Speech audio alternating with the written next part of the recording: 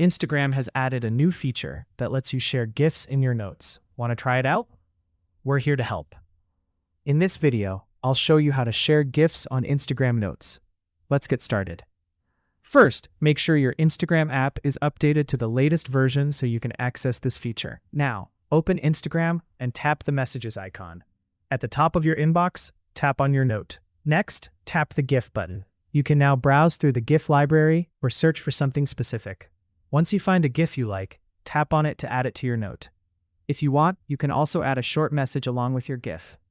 Now, choose who you want to share your note with, either followers you follow back or your close friends list. Finally, tap Share to post your note.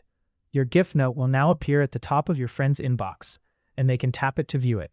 And that's it. That's how you can easily share GIFs on Instagram Notes. If you found this helpful, don't forget to like, subscribe, and check out more tutorials.